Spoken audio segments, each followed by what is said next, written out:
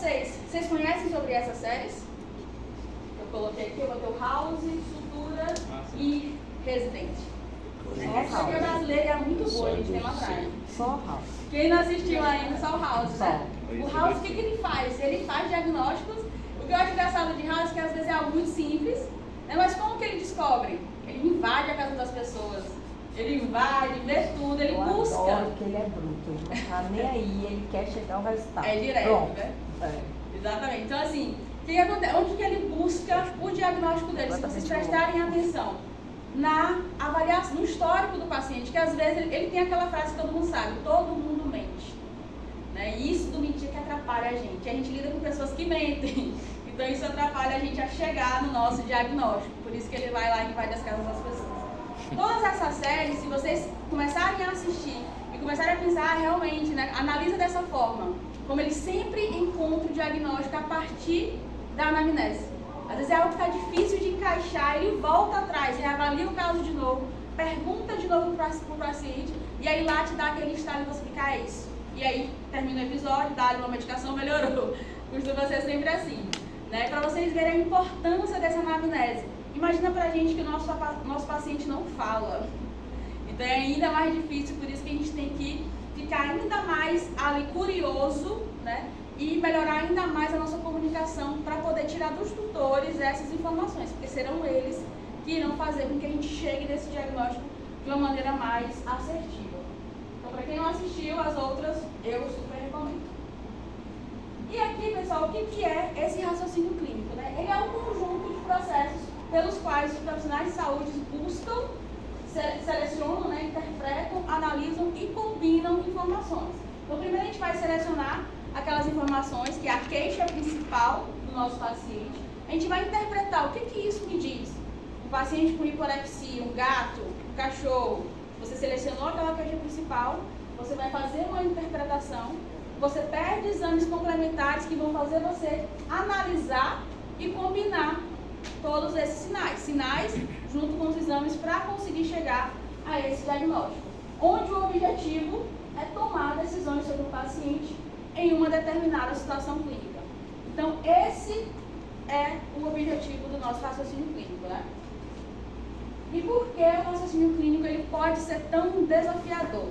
Eu lembro que quando eu saí da graduação, meu primeiro caso foi uma epistaxe, né? Sangramento ali nasal, eu me tremia.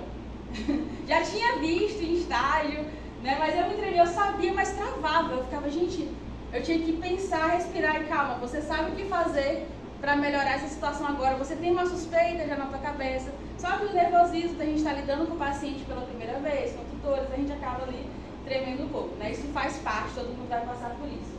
Né? E por que é tão desafiador? Já peguei casos que minha suspeita era, por exemplo, uma sinomose, pego no exame e não dá nada. Né? Que sinomose pode ser extremamente desafiador no diagnóstico. Uma leishmaniose, que a clínica está perfeita, mas o exame dá lá, não é reagente. E a gente fica, ai, troca. A gente queria, né? Facilita ali na comunicação. E a gente até trava para poder explicar isso para o tutor. Às vezes a gente sabe, mas a gente não consegue expressar. Né? Porque falta justamente esse ligamento que o raciocínio clínico faz. Né? Porque a gente vê as disciplinas isoladas, a gente vê clínica médica num período, terapêutica em outro, diagnóstico em outro. E quando a gente forma, fica difícil de fazer essa junção. Né? Por isso que pode dar essa bagunçada toda. Então hoje eu vou trazer algumas dicas de como que a gente faz, né? Como que relacionar o sinal para chegar ao diagnóstico juntando tudo. Né? Sem ser essa parte separada, como a gente vê durante a nossa graduação. E pode ser desafiador, justamente porque é dado como certo também. Né? Às vezes a gente passa a graduação toda estagiando, acompanhando ali os outros profissionais e a gente só replica aquilo que a gente vê no estágio. Às vezes a gente nem sabe o porquê que a gente está fazendo aquilo, mas se a gente viu o nosso veterinário que a gente acompanha, estava funcionando, a gente vai lá e faz igual. Né? Então a gente é dado como certo. Às vezes a gente pensa que os animais é tudo geral, a doença, né? Porque a gente aprende a tratar a doença no geral, mas a não individualizar esse paciente. E a gente aprende a ficar replicando aí os protocolos dos nossos colegas que a gente acompanhou durante a nossa graduação. Mas fazer dessa forma pode trazer mais desafio e mais frustrações. Eu lembro que quando eu me formei, utilizava muito omeprazol junto com doxy para tratamento de erliquiose. Era tipo assim, padrão. Fez diagnóstico de erliquiose, doxiciclina omeprazol. né? E aí começou a ter aquele burburinho, gente, mas o homem atrasou, o irmão nem está com gastrite ainda, né? E aí a gente começa a se perguntar, realmente, para que eu estou passando o omeprazol aqui? Né? Qual é o sentido desse protocolo? Qual é o intuito que eu quero com essa medicação? Então é isso que eu quero dizer, a gente não aprende o raciocínio clínico, a entender o porquê de cada medicação, como que essas doenças funcionam para implementar a nossa terapêutica, tá? Então a gente tem que aprender também a sempre se questionar mais e o raciocínio clínico ele tem que ser aplicado. O ideal é que na veterinária ele seja aplicado desde o início. Na medicina humana, né, eles já tem ali os estágios voltados no TBL, né, que é em inglês essa sigla, mas significa em diagnóstico, né, solucionado em problema. O foco não é a doença, é o problema, é o sintoma, tá, do paciente. É um vômito, o que pode ser a partir desse vômito? E fica muito mais fácil a gente fazer todo esse raciocínio clínico. Na medicina veterinária a gente ainda não tem, né, mas é esse o nosso intuito hoje com o nosso curso. É uma habilidade negligenciada, né? Muitas vezes a gente pensa que é isso, uma doença vai agir assim, eu vou seguir esse protocolo padronizado, às vezes nem é, o paciente nem está precisando de antibiótico, está com leucocitose, não quer dizer que ele precisa de um antibiótico. Hoje em dia isso já está muito mais difundido, né? Leucocitose não significa infecção, pode ser só uma inflamação, no caso de gato, pode ser só um estresse, né? Então a gente já está muito mais ciente disso. Mas é uma habilidade negligenciada, porque às vezes a gente se baseia muito no exame, né? A gente vê lá, nossa, tá com a leucocitose altíssima, as plaquetas estão baixas, eu vou entrar aqui com alguma medicação para subir a plaqueta, sendo que o paciente está ótimo, não está apresentando clínica nenhuma, a gente vai lá e faz o medicamento porque a gente está se baseando no exame, não no sinal, no nosso paciente, em olhar para ele. Tá? Muitas vezes a gente negligencia o raciocínio clínico em si.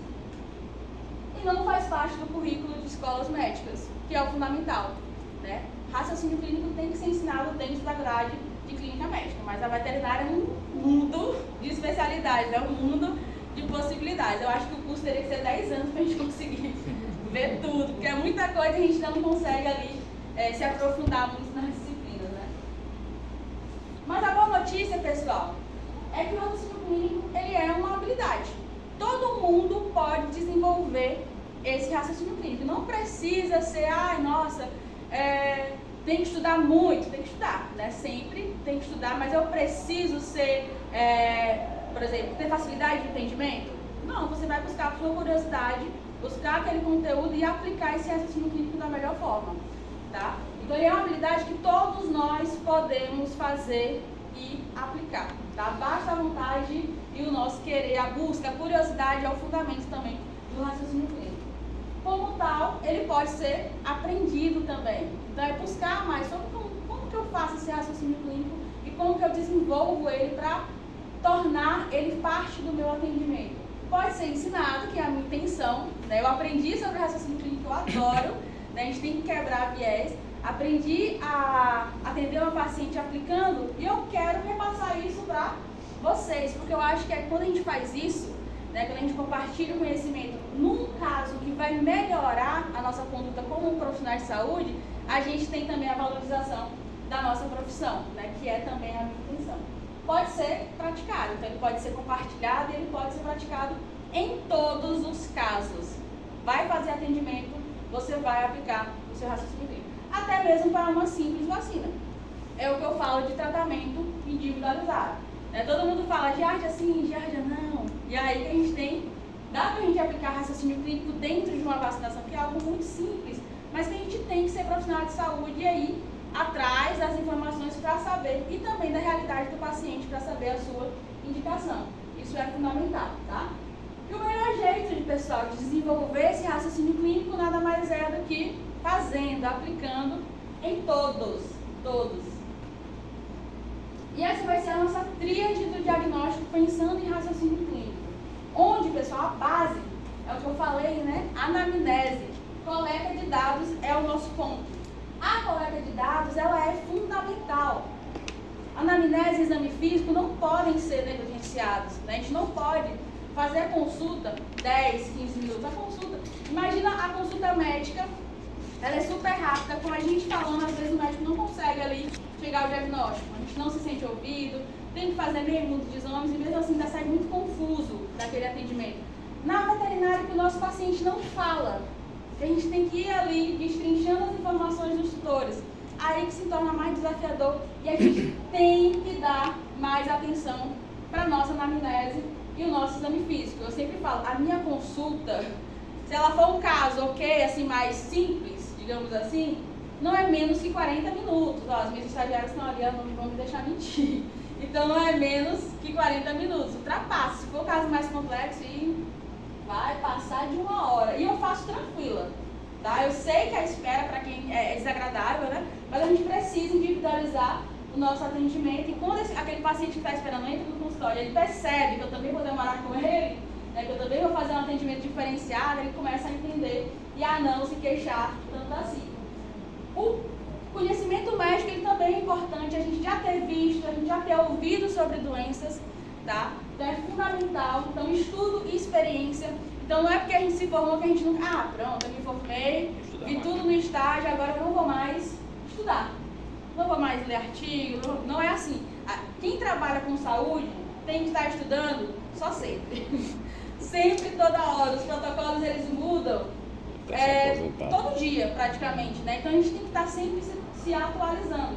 E são muitas doenças.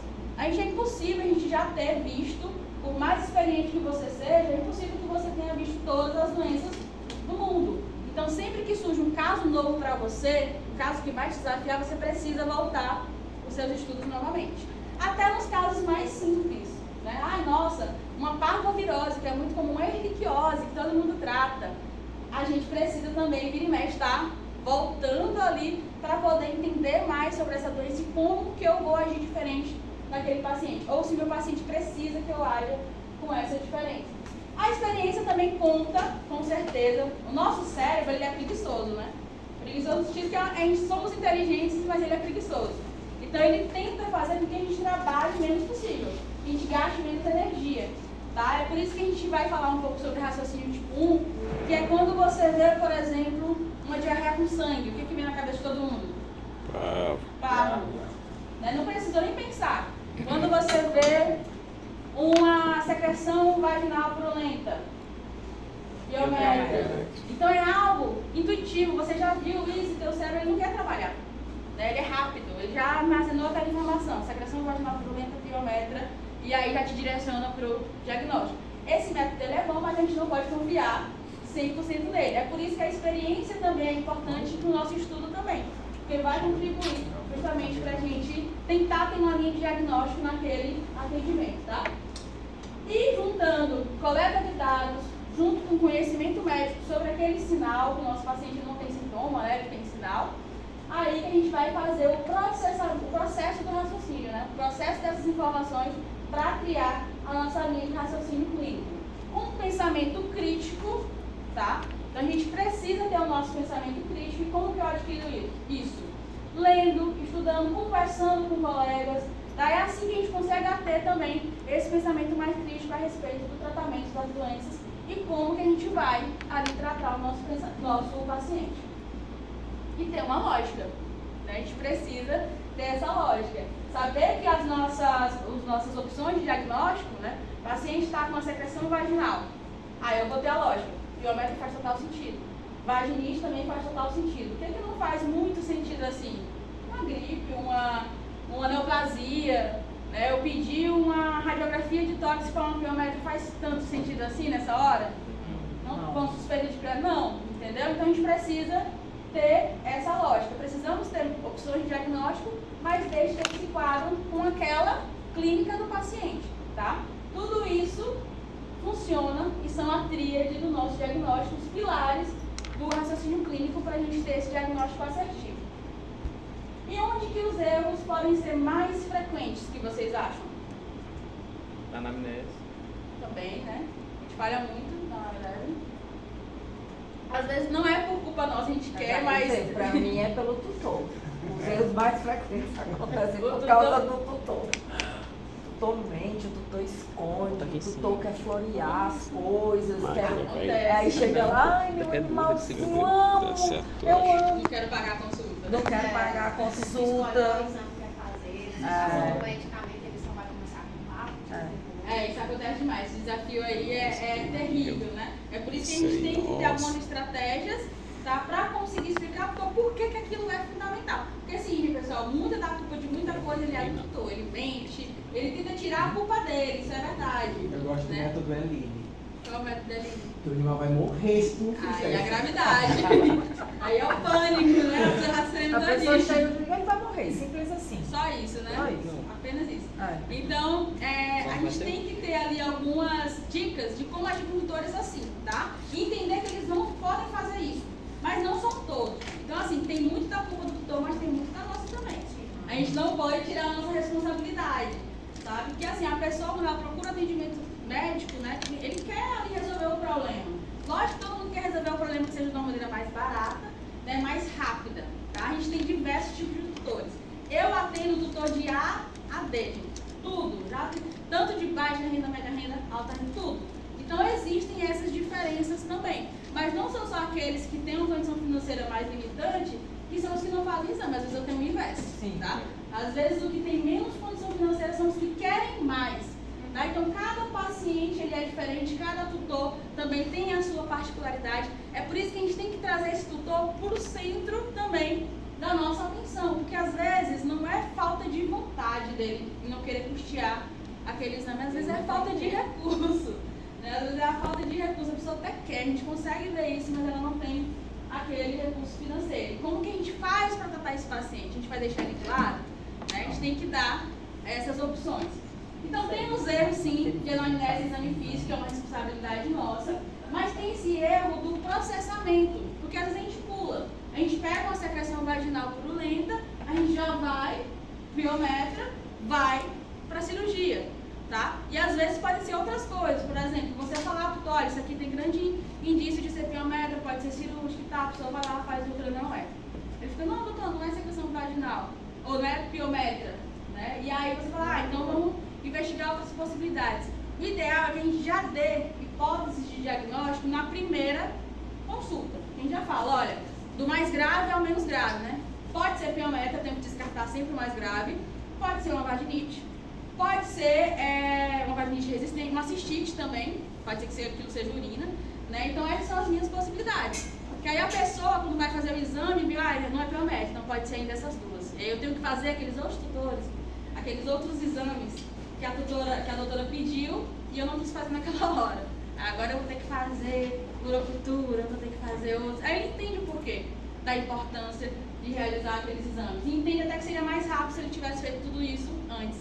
Já tive muito tutor assim. Falei as hipóteses diagnósticas, ele disse, vou fazer só esse. Não era outra, e ele ficou, devia ter feito isso na primeira consulta. Deveria, né? Mas entende que ele foi tranquilo de que foi a culpa ali, dele, né? A gente deu as informações ali todas necessárias na primeira consulta, tá? Ainda bem o tutor que tinha o Du, ele já chega com o diagnóstico.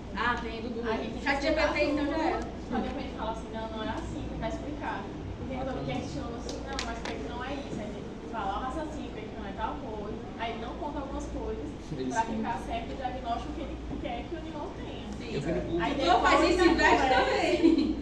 Aí depois da conversa que a gente para de conversar sobre o animal, aí vai falar outra coisa, aí depois volta, a gente descobre mais coisa, aí que dá pra puxar a raciocínio. E vai indo ali pro seu diagnóstico, mas isso acontece mesmo. O doutor que já vem com o Google ali. Né? Uma dica, pessoal, se é atendimento domiciliar, você é uma consulta, já pede pra tua recepção ali, já vê qual que é a clínica.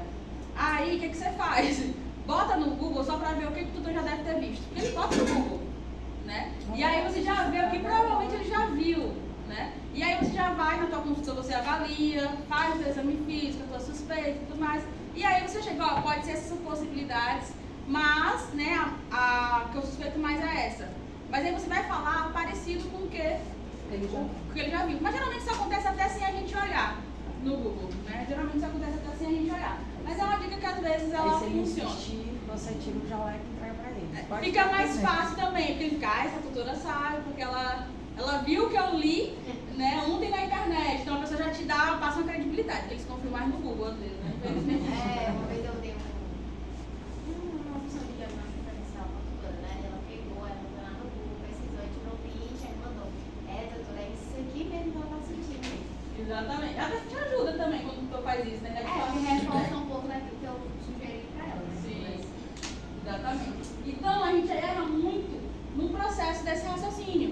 Porque a gente pega o sintoma, já atrela na doença, já parte para o tratamento. Às vezes a gente fecha precocemente, porque tem muitas doenças que se mascaram, tá? Por exemplo, doença pele, gente, pele todo dia. Eu não gosto de pele, mas eu sou obrigada a gostar. Tanto é que eu vou falar sobre atopia na aula de amanhã, né?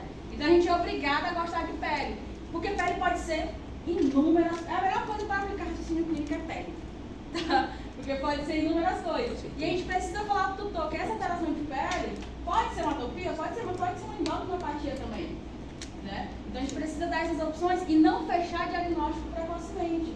Às vezes a gente atrela um sintoma, uma doença, pronto, tratou, melhorou, tchau, é isso. Né? Na verdade, às vezes a gente pode estar cometendo esse erro justamente no processo de raciocínio. A gente precisa ter acompanhamento. E, gente, esse atendimento diferente, aplicando o raciocínio clínico, o tutor, ele olha e te enxerga com bons olhos, por você estar fazendo, sendo um bom profissional, que isso a gente deve aplicar sempre. Tá? E a gente começa a ter a fidelização de tutores. Falo por experiência própria. Tá? Tem tutores que acompanham a gente por onde a gente for, porque gostam do seu atendimento. Tá? Às vezes você demora, não é nem porque, nossa, ela é rápida no diagnóstico, não, é porque ela me atende de um jeito diferente, porque ela me ouve, né? Porque ela olha o meu cachorro de cabo a rabo. Eu já tive tutora que falou isso pra mim, eu só trago aqui porque você acha coisa que eu nem sabia que meu cachorro tinha. Que avalia o animal inteiro, mesmo que seja só um problema no olho. Né? Então é isso que faz a diferença do nosso atendimento, tá? E aqui a gente vai ter os fundamentos do raciocínio clínico. Esse senhor, né, o Sir William Owsley, ele é considerado o pai da medicina humana. E ele fala que a medicina, a nossa medicina, ela é, né, uma ciência de incerteza e uma arte de probabilidade. A incerteza faz parte do nosso atendimento. A gente tem muito... A gente não quer aceitar, né, que a gente não sabe de tudo e que ela faz parte. A gente quer... O cliente chegou com o paciente, a gente já quer acertar o diagnóstico, passar o tratamento e ele melhorar. Só que, gente, a clínica médica ela é assim, ela é incerteza, é uma probabilidade, é erro e acerto. Daí a gente tem que aprender a lidar melhor com essa incerteza. Eu saí da graduação achando isso, nossa, tem que chegar, eu já tenho que acertar, já tenho que passar tratamento, o paciente já tem que melhorar. Se isso não acontece, quem está errando sou eu, né? Eu tinha muito esse pensamento, nossa, eu não estou sendo uma boa profissional. E não é. É porque a gente tem que fazer o nosso raciocínio clínico, tem várias opções de diagnóstico que a gente tem que buscar. É uma investigação, é um trabalho realmente de investigação que você tem que fazer. E é um caminho, a gente não precisa ter pressa, dependendo da gravidade da situação, né? A gente tem que buscar ser assertivo. Nem sempre as duas andam juntas. Se a gente puder fazer com que elas andem, melhor ainda. Mas o ideal é que a gente busque sempre a assertividade e não a pressa, tá? Porque a pressa pode induzir a gente ao erro. E a incerteza, ela é a nossa companheira de todas as horas, todos os dias. Anemia, será assim? Aí melhorou, mas depois voltou a apresentar de novo. Toda hora, leishmaniose, endócrino, você jura que é endócrino, dá lá as taxas hormonais tudo normal. Meu Deus do céu.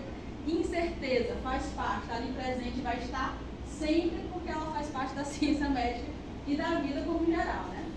Sempre teremos um grau de certeza acerca do diagnóstico, tá? Então isso vai fazer parte. O primeiro passo é a gente entender, a incerteza faz parte, tá tudo bem, é como que eu vou lidar com ela e como que eu vou buscar mais ser assertiva que vai fazer olhar diferente para aquele paciente. Reações negativas diante dessa incerteza. Prática médica defensiva. O que acontece com a prática médica defensiva?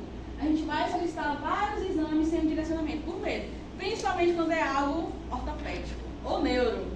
Chegou o paciente sem andar, né? Tá ali, sem os movimentos da pata, a gente fica, meu Deus, vou pedir logo a radiografia do cachorro todo, né? Às vezes porque a gente não sabe ainda desenvolver o exame ortopédico direitinho. Gente, pra mim é assim, não tem problema a gente não saber, principalmente se a gente está ali no início. Né? Eu tenho dificuldade com algumas especialidades da veterinária, tenho 6 anos de formado, neurologia, né? Tenho essa dificuldade também, então a gente precisa, não tem nenhum problema da gente não saber. Agora, o que a gente faz com esse não saber? A gente tem que buscar, ir atrás, conversar com colegas, né? E até mesmo trabalhar junto com esse colega para ter essa avaliação, para entender de fato o que está acontecendo, tá? E para direcionar melhor o seu exame. Né? Então, às vezes a gente faz essa prática médica defensiva, não sei ao certo ainda o que é, estou com muita dúvida, vou pedir tudo. Vou descartar aqui uma doença infecciosa, vou descartar aqui radiografia, né? Então isso acontece muito com trauma em coluna. Às vezes a gente não consegue ali determinar onde que foi aquele trauma, e aí pede a radiografia da coluna toda. E tem um exame que ele é bem simples, né? Que é o tubo cutâneo, do tronco. E aí você faz um pinçamento ali na coluna, você consegue ter uma identificação de onde mais ou menos pode ser aquele trauma, e aí você direciona aquela radiografia. Tá? Só que pela insegurança ali do medo, a gente pode pedir aí os exames da coluna toda, gasta esse ciclo pro tutor, às vezes nem tem, né, ali o trauma na coluna, aí precisa de uma tomografia. Então tudo isso é importante a gente saber trabalhar com essa certeza para evitar esse tipo de situação. Internações desnecessárias, isso acontecia muito quando eu trabalhava no HVU, né, quando eu fazia residência. Às vezes a gente ficava com medo, e se for para casa e piorar? Né? E se eu não internar esse paciente aqui, será se eu vou sofrer algum tipo de processo? E se ele piorar? Então a gente fica com esse medo e acaba internando, às vezes, uma coisa muito simples. Né? Eu só internava quando realmente tinha necessidade. Deve ter uma preocupação a mais que a gente tem quando o paciente está internado. Né? Mas às vezes pelo medo acontece da gente querer fazer isso para poder ficar ali olhando melhor e evitar com que ele piore em casa. Dificuldade em lidar com a morte e o luto. Geralmente quem tem medo da incerteza tem medo da maior certeza que a gente tem, que é a morte, né? Faz muito medo a gente pensar na morte. E a gente como veterinário, pessoal, infelizmente o nosso paciente ele vai morrer. Né? Às vezes é difícil da gente entender isso, mas ele vai morrer antes do que a gente queria, que o tutor também, tá? Então a gente precisa também estudar sobre a morte, como que é o processo de morrer, para saber acolher tutores que estão passando pelo processo do luto. Gente, veterinário tem que ser psicólogo também, né? Profissional de saúde tem que saber lidar com a morte e com o processo de luto. Mas esse é um assunto que a gente pode aí combinar em outro curso. Mas isso faz parte. Como diminuir essas incertezas? Técnica, aquela consulta formal com o colega, gente, fazer parcerias com especialistas é a melhor coisa que a gente pode fazer, tá? Para ter um direcionamento. Eu sou clínica médica geral, mas eu sempre busco chegar pelo menos ao diagnóstico. Né? Ali eu me sinto pronto, aqui em de clínica médica geral funcionou. Cheguei ao meu diagnóstico e eu vou encaminhar para a sua especialidade. Mas eu quero continuar seguindo naquele acompanhamento. Né? E às vezes a gente só precisa de um conselho de um colega. Pode ser uma endocrinopatia, conversa com um colega de endócrino. Olha, eu estou suspeitando que a minha paciente está assim, assim, assado. Né? O que você acha? Qual a sua opinião? Já devo te encaminhar? Ou não? Tem algo de base que eu ainda preciso buscar? Porque muitos especialistas falam, às vezes chega para mim, nem é minha especialidade. Muitos, dermato fala isso, endócrino fala isso, neuro fala isso, né? Então errou ali no raciocínio clínico do geral, tá? A gente tem que mandar ou buscar ter esse diagnóstico para encaminhar, ou trabalhar junto, interconsulta, né? Chamar o colega para estar junto para te ajudar a chegar a esse raciocínio clínico, não tem problema nenhum. Gente, o House acertava o diagnóstico dele, a gente estava conversando de série no início, né? Eram 4 médicos acompanhando ele. A gente não precisa fazer a medicina veterinária ser tão solitária assim. A gente pode contar com os nossos colegas e pedir ajuda dos especialistas para poder triar melhor o nosso diagnóstico. Pesquisar é o que eu falei de estudo. Quem trabalha com saúde tem que continuar ali estudando, se aprofundando todos os dias.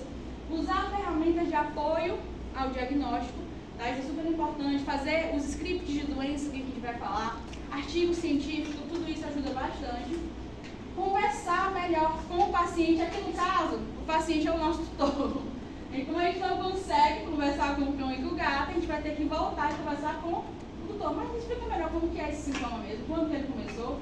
Até porque, às vezes, quando a pessoa conta a história pela segunda vez, ela vai te contar coisas que ela não contou ou que ela negou. E aí você fica, eu faço muito isso. Às vezes a pessoa fala, eu só dou ração pro meu cachorro. A gente conversando e tal. Aí eu falo, eu tinha um cachorro que amava pão. É terrível. Eu sempre queria pão. Aí a pessoa fala, nossa, a Beck também gosta de pão. Totalmente aleatório, entendeu? Aí você fica, então come pão. Então isso te ajuda, ganhar um pouco daquela confiança, mas deixando a conversa mais leve, as pessoas vão se desarmando e vão começando a mentir menos, porque eles sempre vão tentar mentir, né? Sistema, aqui é a questão da rede no geral. Né? Identificar falhas quando, por exemplo, o laboratório não está entregando no prazo, ou dificultou, a amostra não estava suficiente, né, da coleta, os atrasos, os erros, exame que demora demais para chegar, identificar onde tem esses erros, tá? E eu sempre falo que a gente tem que ser parceiro do nosso laboratório. Vocês trabalham com atendimento domiciliar também? Alguns sim, né? Atendimento domiciliar também, né? Então a gente tem que ser parceiro dos laboratórios, até porque patologistas vão ajudar muito a gente. Sim, Né? ajuda bastante. Eles ajudam bastante, a gente tem que ser parceiro. De quem vai fazer a radiografia, eles já dão até feedback, dizem, olha, às vezes a gente pede de pelve, aí lá na hora de formar a imagem, olha, eu vi algo na patela. E também, por exemplo, na hora de fazer a radiografia, como você disse, né, essa questão da importância de fazer a parceria. Como eu faço atendimentos a domicílio, então antes de fazer eu já fui procurando justamente essas especialidades que eu iria precisar para já me formar.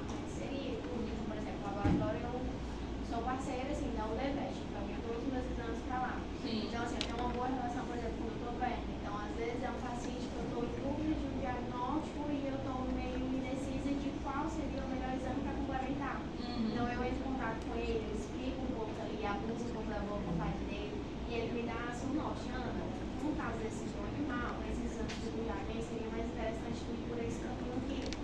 Aí ele me dá assim, um norte bem melhor. Na parte da radiografia, por exemplo, eu tô meio que já me deu assim, uma dica, tipo assim, ó, quando for pedir, por exemplo, for uma radiografia de membro, não coloca só a radiografia de membro direito, porque aí tu tem que, eu vou fazer várias imagens daquele membro, tem que me dizer basicamente, digamos assim, a região diferente, A suspeita. assim, Sim, com certeza. porque aí ele já faz uma direcionada, porque se você colocar, por exemplo, só de membro, ele vai fazer o documento todo, são várias projeções. Exatamente. Então isso ajuda bastante. A gente tem que ter esses parceiros para poder ajudar nessa hora de você solicitar exame. Justamente porque a gente tem que ser assertivo até para não ter recursos financeiros do tutor aí, né, sendo desgastados sem necessidade, tá? Então tudo isso é importante. Isso aqui são algumas dicas de como que a gente diminui essas incertezas. Reações aí positivas da incerteza, menos medo e angústia. Isso quando a gente começa a entender a lidar melhor com ela, tá? E aí aplicar. Então, quando a gente tem essa confiança de falar com o laboratório, falar com quem faz ultrassonografia e radiografia, você sabe, tô incerto, mas eu sei que se eu conversar com o Wilker, ele vai me ajudar aqui nessa suspeita. Ou com o pessoal do laboratório, eles vão também clarear melhor. Então, diminui quando a gente busca fazer essas parcerias. Mais confiança no trabalho, tá? Então, a gente fica mais confiante quando a gente lida melhor com essa certeza, procura estudar melhor, né? Aprender sobre scripts de doenças, sobre tratar sintomas. Então, tudo isso ajuda muito e a gente começa a criar mais confiança no trabalho também. Melhora a relação médico-família-paciente, né? Todo mundo que faz parte do nosso cuidado, a família também, tá? Então, quando a gente fala, a gente não precisa saber de tudo naquela hora, né? A gente precisa mostrar as possibilidades. Eu sempre falo que o médico veterinário, ele é uma ponte, tá? A gente não consegue ser evidente para dizer, né, tudo ali de prontidão. A gente é um ponte, a gente leva ali aquela suspeita até a um diagnóstico, que podem ser vários. A gente mostra o caminho, tá, para essa pessoa. Como a gente faz isso, né, de uma maneira assertiva, a gente vai melhorar a nossa relação com essa família também. Conduta menos rígida e autoritária, gente, isso não é bom. Quando a gente fica muito rígido e autoritário, a gente tem que ter muito cuidado com isso, porque a gente aprende isso também, né? Aquela visão de que aquela pessoa sabe de tudo, vai resolver o meu problema. A gente tem que mostrar para a pessoa que a gente é também uma pessoa que estudou sobre isso e que vai conseguir te direcionar. Mas a gente não sabe de tudo também. A gente se reconhecer como pessoas humanas que também estão propensas a erros e que está tudo bem ficar incerto, fica muito mais fácil da gente ficar menos autoritário, menos rígido com esses tutores também, tá? E o raciocínio ele vai ficando mais claro. Reflexão estruturada, em como que a gente vai aqui começando a aplicar o nosso raciocínio clínico. Escrever o diagnóstico mais provável, né? No caso de uma secreção vaginal, uma cadela não castrada, o diagnóstico mais provável, uma piométrica. Listar os achados que favorecem o diagnóstico inicial, secreção vaginal. Então a gente vai ali, ó, escrevendo. Né? Na era de digitadas a gente não quer mais escrever. Eu só sei que eu estou estudando e aprendendo quando eu escrevo. Se eu não estou riscando, para mim eu não estou estudando. Tô só... E a melhor forma, de fato, da gente aprender é quando a gente está ali colocando no papel, né? Ou falando com as pessoas. Listar os achados que falam contra o diagnóstico inicial. Tá? A gente tem que listar algum achado que fala contra esse diagnóstico inicial. Vamos achar por exemplo, uma convulsão daria só se tivesse um grau de toxemia muito grande, no caso de piométrico. Mas no paciente estável, convulsão, não tanto, né, para um quadro de piométrico. listar os dados que estão ausentes, mas que eram esperados nesse diagnóstico. Aqui a gente pode pensar numa fêmea não castrada, né, não tem secreção vaginal, não está comendo e está apresentando vômito. Qual é o diagnóstico mais provável dessa fêmea? Cadela não castrada, não está comendo, não tem secreção vaginal. O abdômen está cheio, está distendido, exatamente. Pode pensar na piométria fechada, não tem a secreção vaginal, não fala contra, né, mas a gente sabe que isso pode acontecer. Mas ela tem que ser a nossa única suspeita? Não, pode ser inúmeras outras coisas. Não tem nada mais inespecífico do que vômito e falta de apetite. É só o que aparece todos os dias. Né? Diagnóstico diferencial ranqueado por probabilidade. Tá? E aí a gente vai trilhar as nossas suspeitas. Nessa fêmea castrada que não está tendo secreção vaginal, está apresentando vômito, tem um abdômen distendido, vou pensar em piométria e pensar na possibilidade dela ter. É provável, piométria fechada existe. Né? Outra coisa, uma gastrite, um corpo estranho pode ter acontecido, né? Uma gestação que o tutor não viu, a cadela fugiu, um tumor, tá? E aí você vai, ó, ali botando as suas hipóteses e vai falar disso pro tutor, tá? E aí você vai informar e vai solicitar os seus exames baseados nessas suspeitas, tá? Então fica muito mais fácil quando a gente estrutura dessa forma. As probabilidades, elas têm como base, né, um muito provável, e aí você escreve as suas hipóteses diagnósticas e aí você volta do lado. Isso daqui é muito provável. Estabeleça moderadamente provável, tá? Vai separando, né? E o pouco provável, tá? Então você cria ali as suas hipóteses e você separa nesses 3 quadrantes. Qual que você vai direcionar os seus exames? Para aquilo que é muito provável, ou para aquilo que é urgente, tá, pessoal? Tá? Para aquilo que você considera como urgente de fazer, né? Precisa ser visto logo, é a suspeita mais grave, por exemplo, justamente é o muito provável. Então é o primeiro que a gente vai ter que pedir os exames, solicitar, no caso de uma suspeita de piometra, ultrassonografia abdominal, certo? E aí, moderadamente provável, a gente fala para o tutor, olha, pode ter necessidade da gente fazer outros exames, porque pode não ser isso. E o pouco provável, tá? Porque também a gente dá muito foco, às vezes, aquilo que é raro, né? Mas às vezes o que é raro é porque é raro, né? Não aparece todos os dias. A gente tem que dar foco àquilo que é mais comum, mais frequente na nossa rotina. É isso que a gente tem que dar mais foco. Oi? E com relação àqueles sintomas inespecíficos que aparecem, e as casuísticas que tem muita aqui, Terezinha, sempre a gente está pedindo também, interessante, por exemplo, aqui, né? Por exemplo, no caso de vômito, próprio de apetite. Aí, aqui sempre tem muita endometriose, né? Sim. Então, tipo assim, seria interessante também você estar pedindo, quando for assim inespecífico, algo que Com certeza. todos os cachorros aí que é possível. Exatamente. Exposto, né? Sim, entender sobre a epidemiologia do local é fundamental, né? Erlíquia, leite, é muito comum daqui em Teresina. Se a gente chegar, por exemplo, em locais mais frios, não tem. Eles praticamente, lá, erlíquia e leite pode ser desafiador para eles, né? Esse tipo de diagnóstico, porque eles não vêm com tanta frequência. Aqui faz parte, basicamente, de todos os animais que tem problema de pele, ponta de orelha, né? Tem vômito, tem emagrecimento. Então, realmente, entender sobre a epidemiologia é um dos fundamentos também da gente triar o nosso diagnóstico. E aqui, né, a curiosidade. O Albert Einstein, somente ele não se considerava inteligente, né? Ele fala, eu não tenho nenhum talento especial, sou apenas apaixonadamente curioso. Então, o clínico, ele tem que ser curioso. Ai, doutor, não sou muito curioso. Comece a ser. É algo que a gente tem que... E como que eu faço isso? Se pergunte o porquê de tudo. Mas por que eu tenho anemia se ele está bem? Não vi ali, as mucosas não vi anêmicas, por que deu anemia nesse exame? O que está acontecendo? Sabe? É você se questionar. As plaquetas estão baixas, mas o que estão gerando essas plaquetas baixas no paciente que não está tendo nenhum tipo de sangramento, fiz erlíquia, deu negativo. Então sempre se perguntem o porquê. Por exemplo, eu recebi um paciente ontem, né?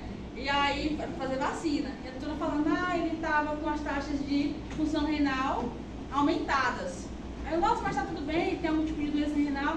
Aí ele falou, não, o veterinário pediu para eu voltar com 3 meses para a gente repetir.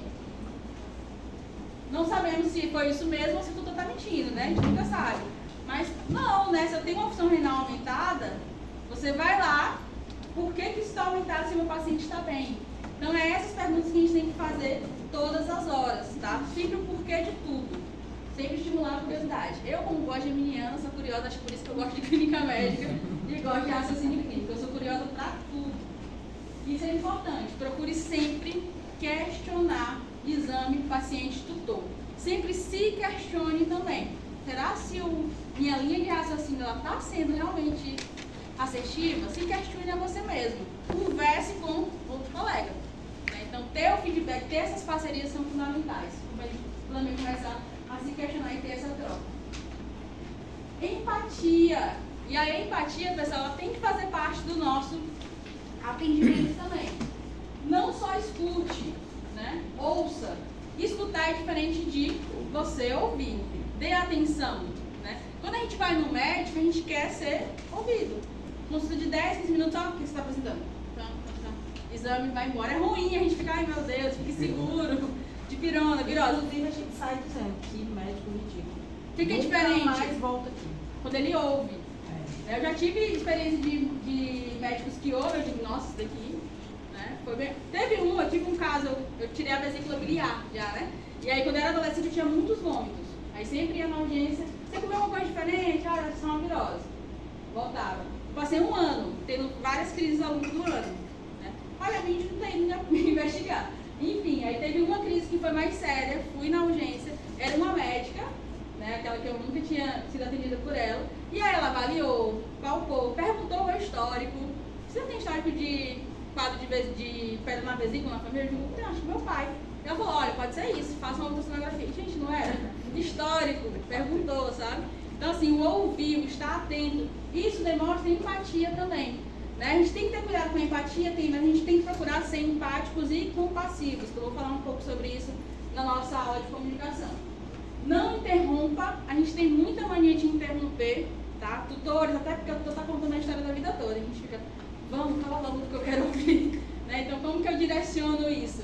Tá? Mas é o ideal que a gente ouça mesmo, porque é ali que vai estar a sua linha de diagnóstico. Tá? Então, a gente precisa ouvir sem interromper. Até no mundo acelerado que a gente está vivendo hoje em dia, está sendo cada vez mais difícil a gente ouvir as pessoas sem interromper. A gente quer até completar o que elas estão falando. Então a gente tem que ficar se podando, tá? Entendendo, nossa, ou com o pensamento longe, né? Então a gente tem que ficar ali se mantendo durante aquela consulta. Observe, olho no olho, né, do tutor, olhar para aquele paciente que está ali na sua frente, tentar se conectar com ele. Eu não preciso ficar melhores amigos. Eu não fico amiga das minhas famílias que eu cuido do paciente, né? Mas a gente cria, sim, uma conexão, tá? De confiança profissional, tá? Então não é isso, não é buscando ser amigo, não é buscando bajular, não é essa, é buscando se conectar para a gente tratar daquele paciente em conjunto. Se a gente não consegue se conectar, fica mais difícil daquele tutor seguir o que a gente está pedindo. Quando a gente se conecta, quando o tutor confia na gente, é muito mais fácil dele seguir. Eu tenho tutores que pedir uma tomografia é fácil, porque você deve fazer uma coisa que precisa. Né? Então fica muito mais fácil a gente ter essa postura de confiança quando a gente tem essa conexão. E o toque também ajuda, tá? Então, lógico, a gente tem que saber os limites de cada pessoa, desde que seja possível, né? Mas na situação difícil, uma notícia difícil, muitas vezes a gente vai ter que lidar com isso, a gente tem que procurar ser empáticos, compassivos, e a gente pode tocar na mão, a gente pode dar um abraço. E a melhor forma de você recepcionar os tutores quando eles chegam na sua clínica, ou quando você vai fazer atendimento a domicílio, é você dando a mão. Só ali você já está mostrando, estou aberto a essa conexão. Já ganha, a pessoa já fica ligada nisso. Nossa, me deu a mão, já é um tratamento totalmente diferenciado. Eu já tive tutores que se espantaram lá na clínica, né? Eu dei a mão para ele, chamei pelo nome, pedi para entrar e ficar, nossa, gostei daqui, foi diferente. Então, simples, eu só dei a mão para ele. Então, são coisas que demonstram que a gente está aberto a ouvir essa pessoa, tá? Demonstram que somos empáticos. As etapas do raciocínio clínico. Coleta de dados, mais uma vez falando, né? Organização desses dados. Então, a gente tem que pegar, o doutor pode falar 1000 coisas para você. Né? Ele está com vômito, mas ele também está com problemazinho aqui na pele, está estranho isso aqui. A gente tem que pegar a nossa queixa principal. O que é o mais grave aqui nesse momento?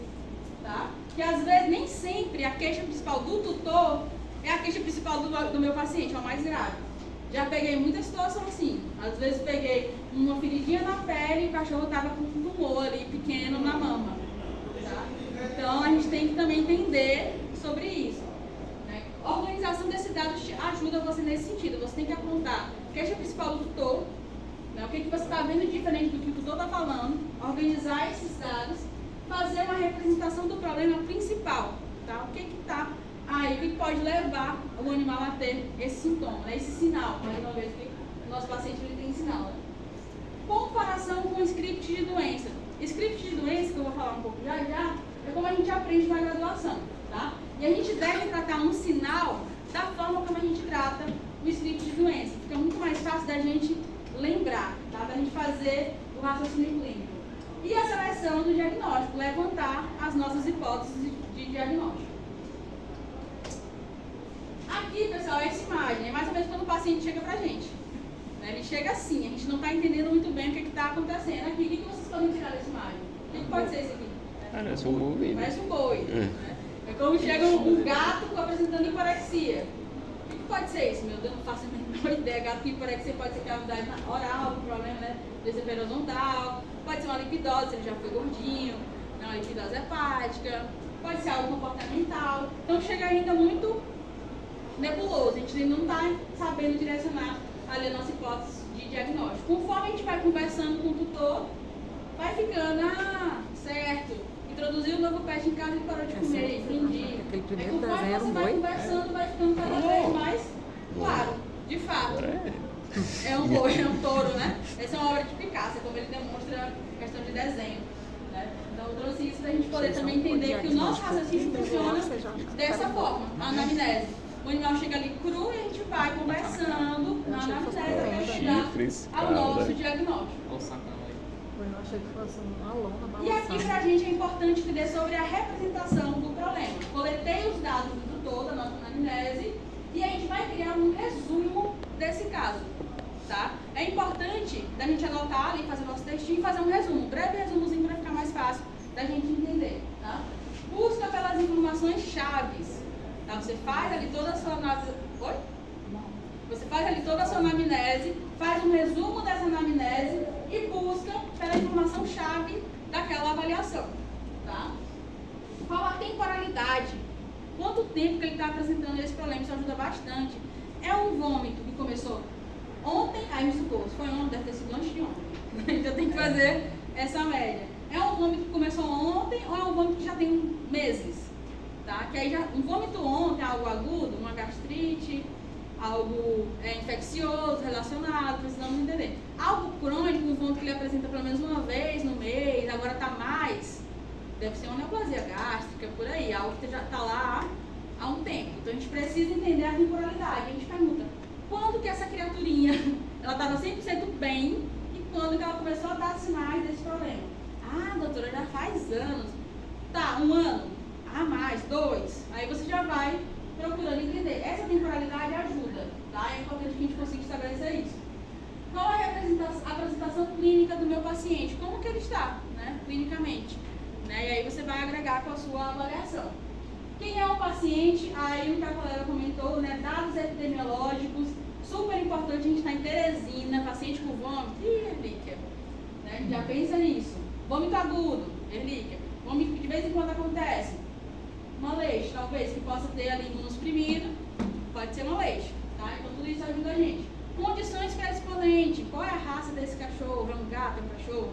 Né? Gato, às vezes, ele só regurgita. Né? Então a gente precisa saber qual é a condição predisponente daquele pet que eu estou avaliando para poder associar na minha linha de diagnóstico. Por que resumir casos ali é importante? Facilita a comparação e constatação com diagnósticos diferenciais. Tá? Então você resume e vai ficar mais claro de você entender a sua queixa, de você fazer aquela comparação com a doença que você está suspeitando. Tá? É congruente com um jeito de estudar baseado na abordagem do problema. Essa abordagem do problema é o que eu falei para vocês que já é feito na medicina, que é o PBL. É uma sigla em inglês. Tá? Eles fazem técnicas, estudo de caso, na verdade, voltados em PBL.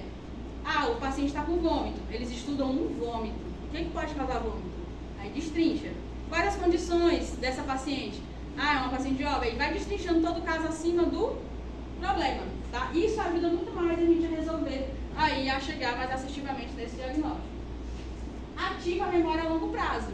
Tá? A gente entende, né, que, por exemplo, sinomose é mais comum em filhote. Porque a gente já viu toda a sequência, né? Já vimos um script de como a sintomose age. Né? Então fica muito mais fácil. Quando a gente associa isso a sintoma, fica mais fácil da gente também fazer essa associação quando o paciente estiver presente. Tá? Então ajuda bastante. E aqui é como que a gente guarda essa memória, né? Justamente falando do script de doenças. Esse script ele facilita a forma como a gente guarda essas memórias, como a gente aprende. Como que é a sintomose? A gente vai entender lá a fisiopatologia, né? Como que ela acontece no organismo, quais são os animais predisponentes, filhotes, não vacinados, sinais clínicos comuns, sinais respiratórios, dermatológicos, gastroentéricos, neurológicos, né? Tratamento, como que chega o diagnóstico, tratamento e prognóstico. É a sequência que a gente aprende na graduação. Por isso que a gente pensa, né, a gente aprende a tratar a doença e não o nosso paciente. A gente tem que agora inverter isso, aprender a tratar o paciente para chegar na doença. Por isso que a gente consegue memorizar as doenças, tá? Porque a gente segue esse script. O jeito de resumir um caso se encaixa com o modo como guardamos as doenças na nossa memória. Então você tem que criar um script daquele sintoma, né? Porque aí vai ficar mais fácil de você associar aquela doença. E aqui é como que a gente faz o script de doenças, tá? Eu coloquei também, aí na parte que vocês receberam, um modelo. Coloquei alguns modelos que vocês podem se basear para fazer a anamnese de vocês, né? Alguns roteiros, checklists, e botei também os scripts de como que vocês podem anotar. Isso ajuda muito quando vocês podem fazer o estudo de vocês. Eu vou estudar hoje sobre leishmaniose. E aí vocês vão fazer esse resumo breve para memorizar a leishmaniose. Quando você tiver um sintoma, tenta seguir dessa forma, né? Esse sintoma, quais são as possíveis causas, tá? Porque vai ficar mais fácil de você associar. Nos scripts, a gente vai ver os sintomas, né? Os sinais que o nosso paciente apresenta, que é o que ele está ali manifestando. Começo e curso, quando que isso começou. Relações epidemiológicas, onde que é mais comum, que é mais frequente. Integração fisiopatológica, né? Que é a fisiopatologia dessa doença. Prognóstico, bom, reservado, ruim. Tratamento e o segmento. A gente precisa, quando a gente faz um diagnóstico para um paciente, ter um acompanhamento desse paciente, pessoal.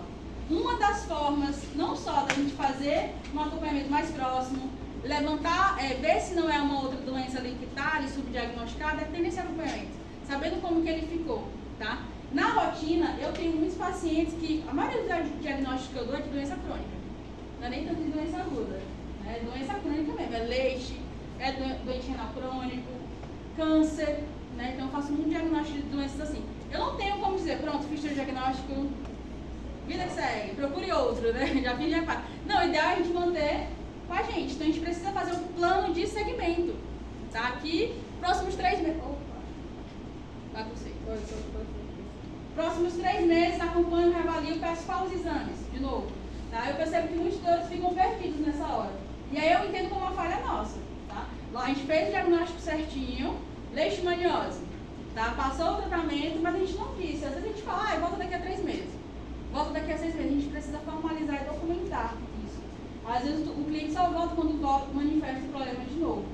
Né? Quando a gente documenta, eu costumo entregar um plano de cuidado, que é como se fosse um plano de segmento mesmo. Explicando o que é a doença, o que ela pode causar, quando que a gente vai repetir os exames, quais os exames, indo inclusive boto lá, fazer poupança financeira pro gato, pro cachorro gato.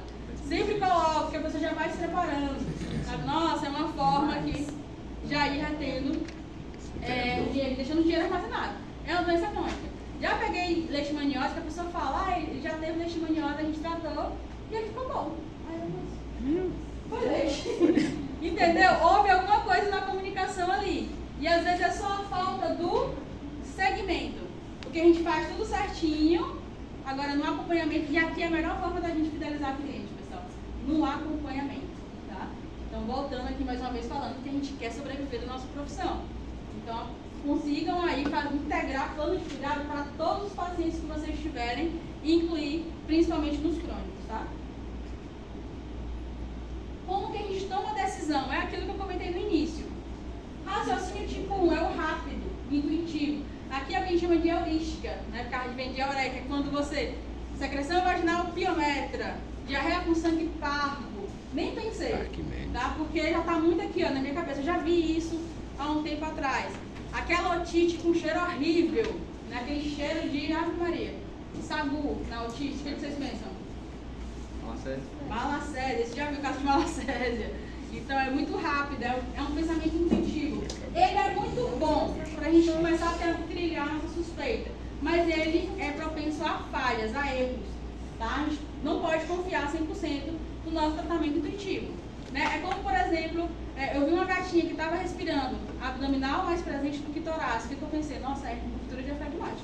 Eu já tinha visto isso antes, né? Então, ó, fazer radiografia aqui, possibilidade de ruptura diafragmática. Então, ajuda bastante esse raciocínio aqui. Tipo 1, mas a gente não pode confiar 100% nele. É aquilo que eu falei. O paciente teve uma alteração de pele, fiz ali uma suspeita de leishmaniose, exame deu negativo. Eu vou descartar 100%? Não, e a gente tem que ter muito cuidado no que a gente fala, né? Então, é buscar e ir para o raciocínio tipo 2. Por que será que ele deu negativo nesse exame? Animal com felve, né? Os sintomas são ali inespecíficos e também diagnóstico um pouco mais complicado do que o que a gente gostaria. Então, a gente não pode descartar essas possibilidades. A gente sempre tem que ir para o raciocínio tipo 1 e buscar o tipo 2, tá? E o tipo 2 é o analítico. É aquele fundamental para os casos desafiadores. É quando você descarta aquelas hipóteses que você, não, eu bati aqui, chegou. Tá? Malacésia, atopia, talvez. Talvez. Endocrinopatia, talvez. Uma leixe, talvez. Tá vendo?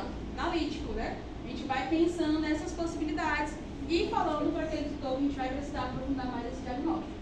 Tá? É realmente trilhar essa linha de raciocínio. A gente sempre tem que buscar sair do raciocínio tipo 1 para ir para o raciocínio tipo 2 e com algo muito básico, com a curiosidade, né?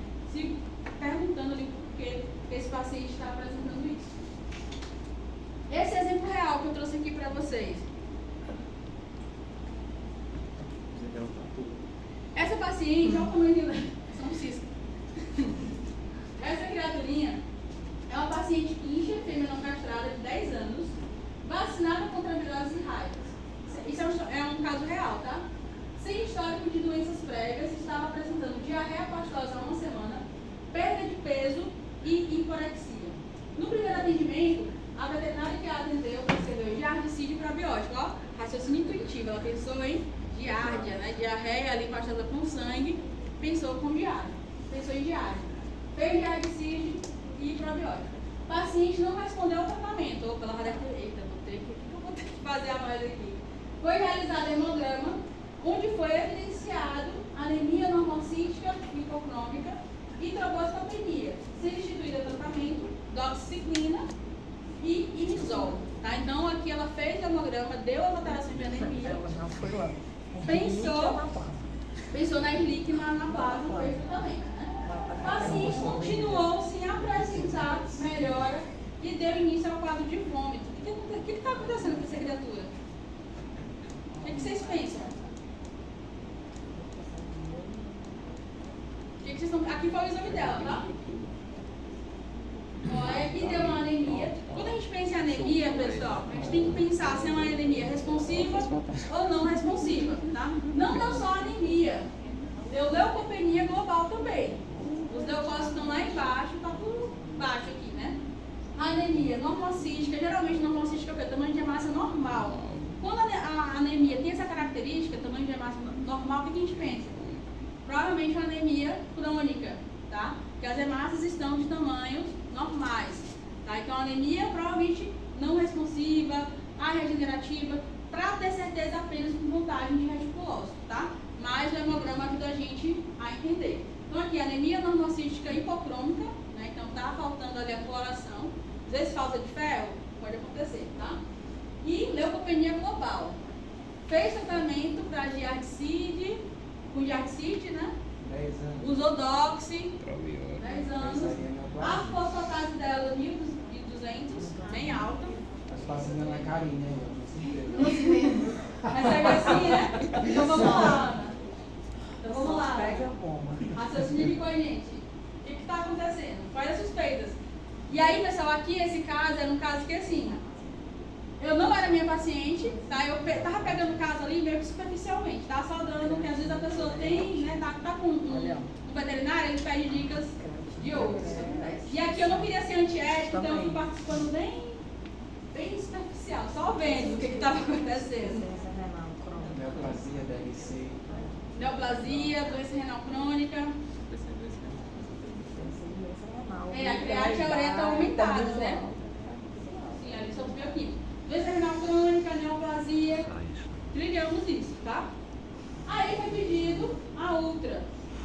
Na ultrassonografia dela, ficou ruim de vocês verem, né? Ficou. Mas deu que o rim dela estava em formato normal, tá? E estava com a ecogenicidade, ecotextura preservada, isso quer dizer, normal, tá? Relação corticomedular conservada. Então aqui eu já não pensaria, né? Geralmente quando tem uma doença renal crônica, o rim ele tá ferrado, tá? As únicas impressões diagnósticas que tiveram foi o fígado, aspecto ali aumentado, baço, né, aumentado também, a vesícula urinária, a presença de discretos ali sedimentos. E aí? Aí aqui ela já estava chegando pra mim, que aí eu entendi que tava uma bagunça, eu digo, gente. Aí minha suspeita, quando ela me perguntou, eu digo, olha, acho que é uma doença renal crônica. Eu já tinha pensado nisso, pessoal, 10 anos. Tá? 10 anos, a idade, a anamnese, tá? Era isso que eu também eu pensei no início, leishmaniose. Leite, super importante. Então, assim, 10 anos, a gente sempre tem que pensar em causas degenerativas também, tá? Pode ser doença